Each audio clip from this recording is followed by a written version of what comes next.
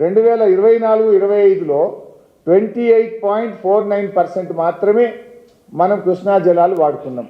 ఈ సంవత్సరం అయితే 20%కి వచ్చేసింది. గతంలో మీరు చూస్తే బీఆర్ఎస్ ప్రభుత్వ హయాంలో 30, 35, 45, 33, 29.88, 29, 29.89, 30, 36 ever lowest utilisation by this Congress government. వరుసగా 2 సంవత్సరాల్లో అతి తక్కువ కృష్ణా నదీ జలాలను వినియోగించి ఈ రాష్ట్రానికి అన్యాయం చేసి ఇవాళ రేవంత్ రెడ్డి గారు చంద్రబాబుకు గురుదక్షిణ చెల్లించుకుంటున్నాడు. మన నీళ్లు కిందికి ఆంధ్రకు జార విడుస్తున్నాడు.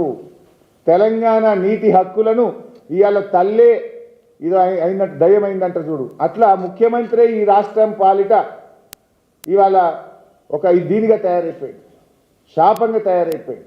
ముఖ్యమంత్రిని ఎవరైతే హక్కులు కాపాడాల్సినటువంటి వ్యక్తి ఉన్నాడో ఆయనే ఇలా హక్కులు కాలరాస్తున్నాడు.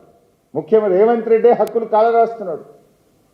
తల్లి దయమైంది అన్నట్టు ఇవాళ తెలంగాణకి రేవంత్ రెడ్డి గారు శాపంగా తయారైపోయాడు. అదేదో సామెత లెక్కున్నది. ఇంత దుర్మార్గమా? మన బీఆర్ఎస్ కంటే ఇవాళ ప్రాజెక్టులు పెరిగినాయి. ఇయర్ ఆన్ ఇయర్ మేము ప్రాజెక్టులు కట్టినాం. నీటి వినియోగం పెరగాలన్నా తగ్గుద్దా? ప్రాజెక్టులు కట్టుకుంటున్నా పోయిద్ది. కృష్ణా మీద పెండింగ్ ప్రాజెక్టులు పూర్తయినా కొద్దీ అవసరాలు పెరుగుతాయి, ఆయకట్టు పెరుగుతుంది. దుర్మార్గం ఏంటంటే మీ పాలనలో ఈ 2 సంవత్సరాల్లో నీటి వాడకం తగ్గుముఖం పట్టింది. This is a total failure and negligence of Congress government.